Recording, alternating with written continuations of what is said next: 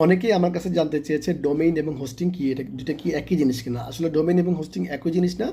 ডোমেইনটা হচ্ছে একটি ঠিকানা যার মাধ্যমে আপনার অনলাইনের পরিচয়টা পাওয়া যায়। লাইক আপনার একটা ওয়েবসাইট আছে, সেই ওয়েবসাইটের একটা ঠিকানা, যেমন facebook.com, google.com। আর হোস্টিংটা কি?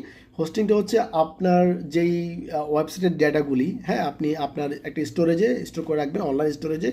যেহেতু আপনার বাসার কম্পিউটার সারাদিন ওপেন থাকবে না, তো অনলাইনের একটা সার্ভার আপনি ভাড়া নেবেন। সেই ভাড়া, সেই সার্ভারের মধ্যে আপনি আপনার সকল ফাইল পাতি রাখবেন, সেটা হচ্ছে হোস্টিং।